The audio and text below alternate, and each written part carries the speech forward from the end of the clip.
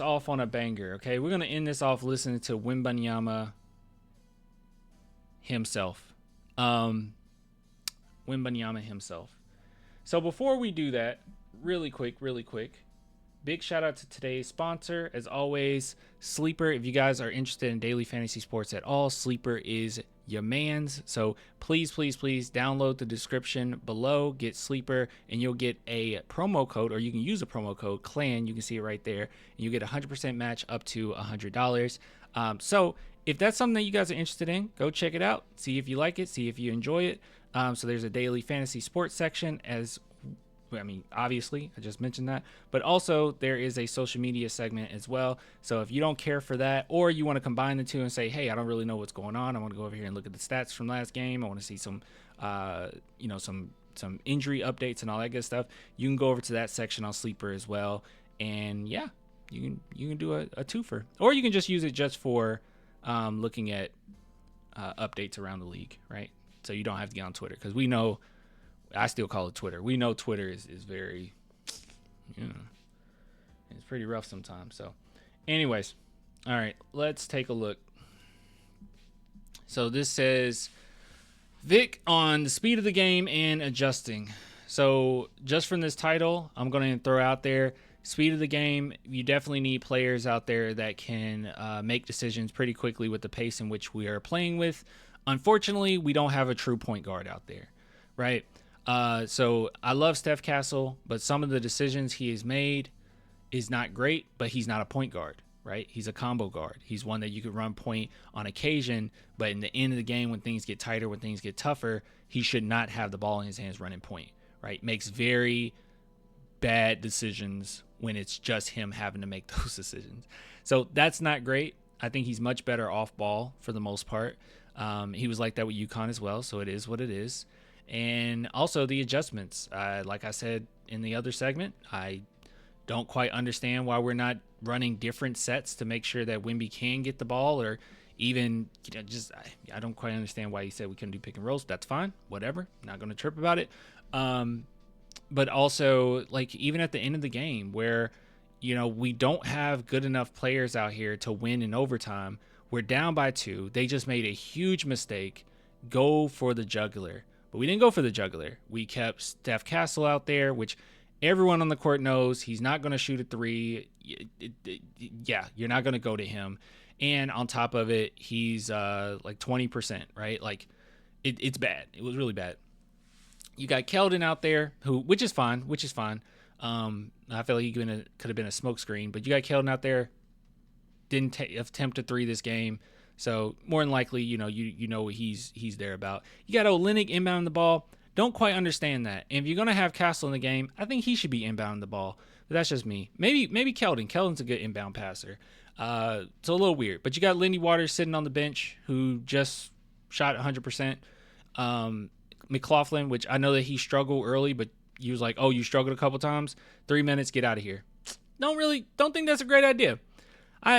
This might be a controversial take, guys, but I don't think it's a great idea to play your only other point guard 3 minutes. I don't think that's a great idea. So as far as just adjustments, they were strange. Oh, and also holding on to your timeouts forever.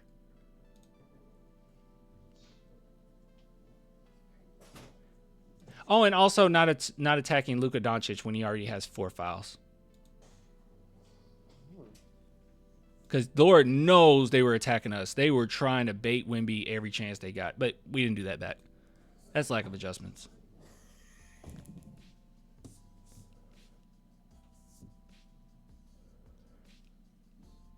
Ooh, Wemby looked mad.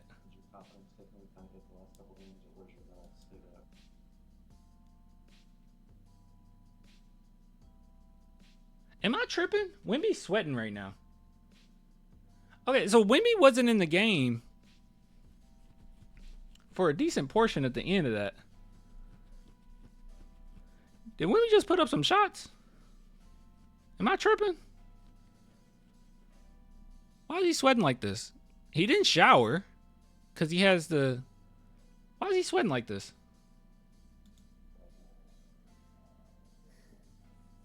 I don't think it has. I think it's more there's no worry really. It's just trying to figure out what's best. And I mean, there's obvious things we can correct right away, but there are things. Right now, it feels like the game is going fast somehow. It feels like the game has like as we got better as a team, and as we got all of us got better individually as well. It's like the opponents have stepped up in some ways defensively, and I feel That is so.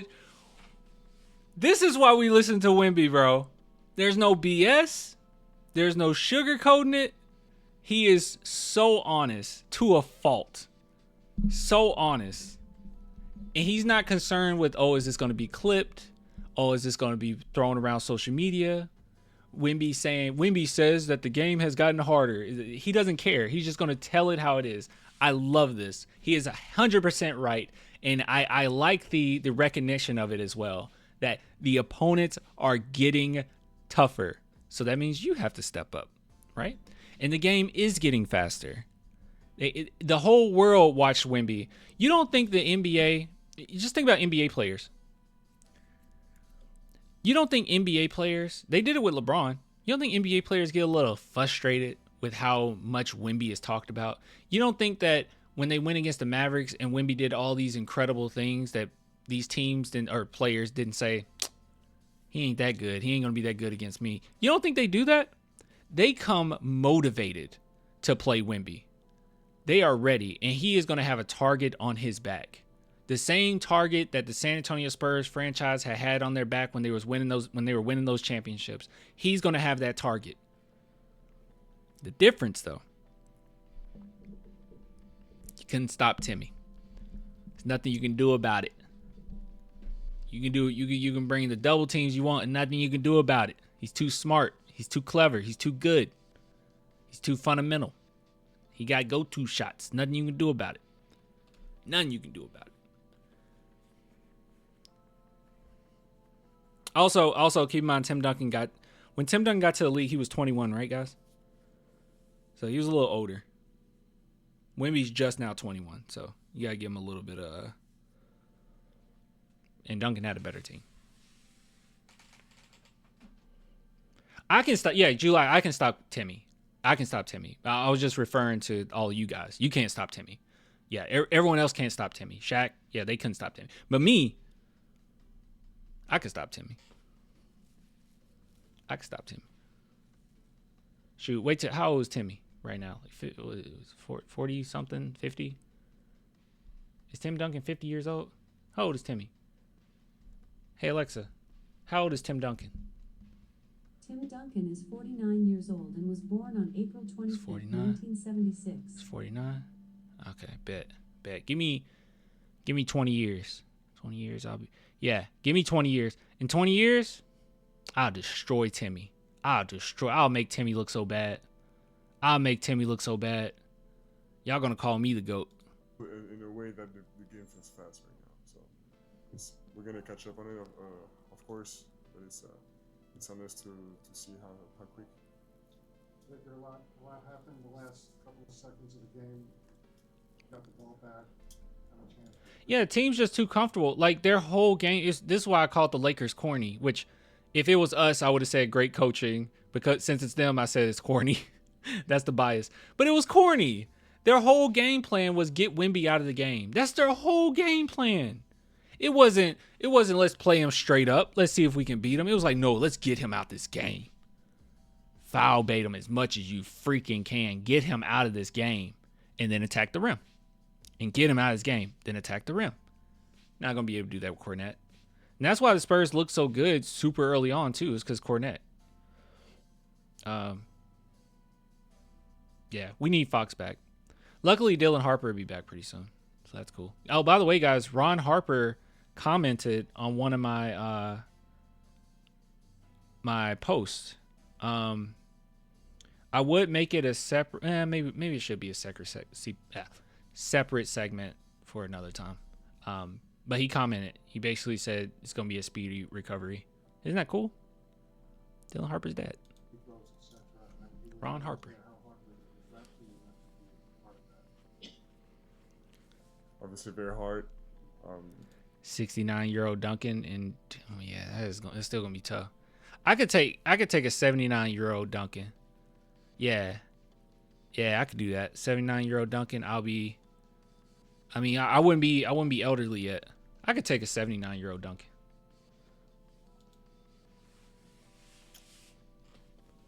Yeah, very hard, but you know, it's in this moment you have to give the best face for your teammates and keep saying what matters and the things that need to be said. So it's, you know, we got no time to worry about it during the game. Hey Wemby, when the game feels fast, how do you reset? Is that something that's internal, or do you talk to somebody? Yeah, you need to obviously watch film and study the game, but at times during the game you need to reset. It's harder. It also feels faster when you don't have a legitimate point guard. That is no fault to anybody, by the way. Some people think that I hate Castle or I talk trash about that. What was that? That's not true. I don't hate Castle. I really like Castle, and I was one of the main advocates for the Spurs drafting him. But what it really comes down to is if you don't have a point guard and you're playing at a very high pace, decisions have to be quick too. And Castle isn't the type of point guard that can make quick decisions. He makes bad decisions. So, yeah, he's a combo, not a point guard, exactly. Easier said than done because you know when the game is so intense that I think Castle's averaging like the most turnovers a game in the league. I think it's pretty up there. just don't think about it. But I think it comes with maturity and experience. Anticipating, you know, he is leading the league in turnovers. Okay. Seeing this kind of defense from teams, you know. So we need to adapt as a collective, and it was obviously our defense was bad against Phoenix as well, but in the Phoenix game it was the case as well. We got stalled out sometimes, so it's we're learning. We're gonna learn. I like these matter-of-fact answers, man. We're gonna learn. We're gonna get it done. I like it. I know that you feel you entered the season better than you were last season, better than the previous season. Mm-hmm. Now you're facing a new challenge. Does it feel like a video game sometimes that every time you go up a level, course. there's Yeah. That's a good way of putting it. She Sure. said it sounds like it's like a video game. I think it's called level scaling in video Right. games. Level scaling, yeah. Thank you. Is that am I right? So Yeah. How does that feel? Because you feel like, oh, I'm getting the hang of this, and then it feels like sometimes you just need to take a step back and look upon what you've done, how you've gotten better, and trying to anticipate what's coming because the defense are getting softer or easier. So we gotta figure it out. But it's the same for everything for us, but for life in general. You know, we have to respond. It's just we're gonna either respond or not respond, and we will respond. Quick question off the game, the election last night. What was your reaction to that? And in the future, we're gonna have a pretty nice one. It's cool. It's cool. I learned today, I think, and yeah, I'm happy. You know, hopefully it's a project that can grow into something more than just a building. You know, and a whole ecosystem. But I'm hopeful. The arena. Some experience with turnovers being a byproduct of how much you have the ball in your hands. Have you seen anything from Steph? You know, as he's kind of taking a more bigger lead, I guess, of ball handling and facilitation without Dylan and Pierre. So what's the question? Is that something that is it something you can talk to him about, or is that Turnovers? Yeah. Yeah, of course. I mean, it's just like anything else. He's aware of it. We're aware of it, and we trust him. We trust him to have the ball in his hand, and we trust him just as much to keep the turnovers down. But it's not a worry at all. You said you've never seen this exact defense before. How would you explain what they're doing differently that you've never seen? So I don't want to get into too much details, but like the quickness at which the double comes is so much faster than in the past, in the first quarter, you know, and also they got. I mean, it feels like teams are very prepared. Have a very good scheme defensively coming into games against us, and we prepare as well, but at the end of the day, when we're on the court, we need, we need to face this kind of defense. We can't. And also when your weaknesses are so apparent, and it's working, teams are very prepared because it just works, right? Like it just works. This isn't going to work very well when you have Fox, by the way. Let me go ahead and emphasize what I'm saying. I just want everyone else to be better, because I don't want it to be like we're highly dependent on this one player to save us. And I felt like that a little bit with Dylan Harper. At times I felt like that with Cornette. I want it to just be a collective group where everyone is doing their part, everyone is playing well, and teams just beat us. But sometimes it feels like we shoot ourselves in the foot at times. Don't really know if this game was a lot of that. But yeah, I just don't care for that. But yeah, I think he's right. I agree with Wemby on that. It's coming very fast. The double teams, they're getting at him really quickly, and you have to adjust. But because we play so poorly offensively from what teams are doing, it's making it easy on them, right? Like, you go into like certain teams, like really great teams, or even just great players, you can have a game plan on how to play Luka. Does it matter? Yeah, I know. Pause on that. I know what I said. But does it matter? You get what I'm saying? Some players, it's like, yeah, you can have a game plan. Like, think of LeBron. Like, you can have a game plan. What you want to do? Force him to take threes? Sag off? Okay, you can do that. Good luck. Like, yeah. But with the Spurs right now, doubling Wemby works. Is not pretty. As a team, it's just not pretty. It's very ugly. And it works. So Wemby isn't necessarily at that point yet, which he's very young, but he's not at that point where he can handle that offensively. But that's the thing. Teams are wearing him down. They're trying to force him to screw up. They're trying to force him to give fouls, and they want him off the court. That's the main thing. They want Wembanyama off the court. But once Cornette is back, you can't just do that. That can't be your crutch where Wemby just comes out the court. In this game in particular, Cornette plays. God, I hate to do this whole thing. Like, this player plays and we win. But Cornette plays. It's very hard for me to imagine us just losing this game with Cornette in it, right? It's hard to imagine that, because they basically won by keeping Wemby off the court, I mean, that was a big part of it. That was a big part of their game plan, to get him off the court. I don't think it's something we can figure out just like this. And it's going to make us much better really quick. Last year, you talked a lot about, like, I like the positivity. after every game, you're asking for different cutups for different situations. Is that kind of how you handle the situation? Like, in terms of film, you mean? Yes. Yeah, of course. I mean, one of my first thoughts, especially after losses, is we don't take the plane tonight, but if we got a plane ride, back home, I'm asking for whatever film is gonna help me be best for next game, and I'm trusting the coaching staff for that, because they've done a great job at it. But it's one of my first preferences. There's one thing we just talked about. We dropped to fifth. I think it was really one Marcus, and they were the top of the money. Jeez. You're gonna kind of learn to do more of that in the playing years now. Is that something you feel like you need to learn to kind of put your shoulder down? I thought we dropped to third, bro. Protect yourself. Dang. Yeah, to the extent that I can, of course, because I still picked up a bunch of offensive fouls. I don't think it is just that simple that we're just not full of strength. Like, I agree with you, and we just got some guys back, so they're just not playing with the team. I agree with all that, and they have to build chemistry. I don't think it was just that, though. This game, we should have won. We could have won. Last game, so many things went wrong. The effort wasn't there. Yeah, you're just not going to win a game like that. This one, Spurs could have won it. I feel like the Spurs could have won it. You can still get some W's in. But, yeah. So, I'd rather err on that side. At least we have a star that takes accountability, unlike Ja Morant. Dude, Ja Morant is like, I don't know what he's doing.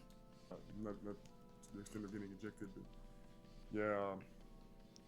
Julian Sode, he didn't sail. He missed a free throw at the end, but it is what it is, you know? I mean, I'm not happy about it. I wanted to win, but hey, we left the game. Everybody's healthy. You lost by 2. You go to the next one, and hopefully we'll be better. Hopefully Fox is back. I'm getting tired of this.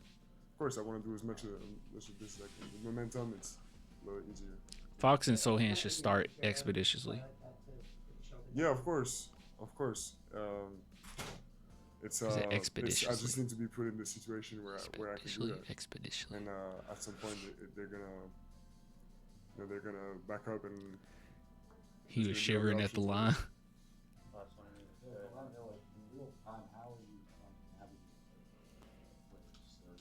While also dealing with shot trouble. That's the hardest thing. I don't think it's something you can. It's hard because there's no practice really for that. It's like you need. I know this is really small, but like after he missed the free throws, I really liked how the team told him it was okay. I thought that was nice. They really care about each other. You can tell that they're all friends. Expeditiously. Thank you. In time in the court, you need to face this kind of defense to really learn it.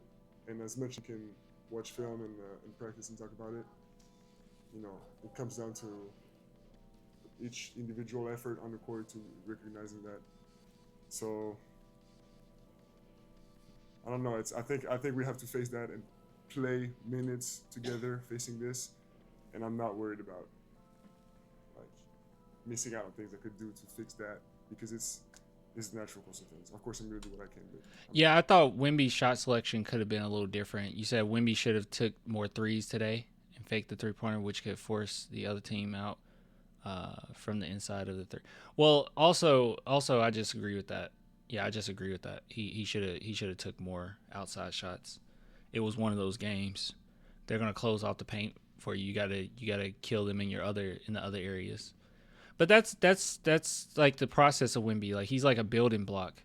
Last season it was a bunch of 3-pointers, and this season because of his newfound strength, his improved post game, just overall, he's trying to utilize it and forcing his way into the paint. So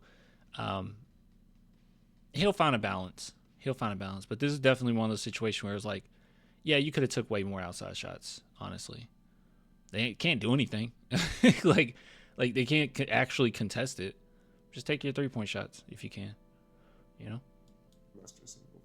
A Wemby floater sounds crazy.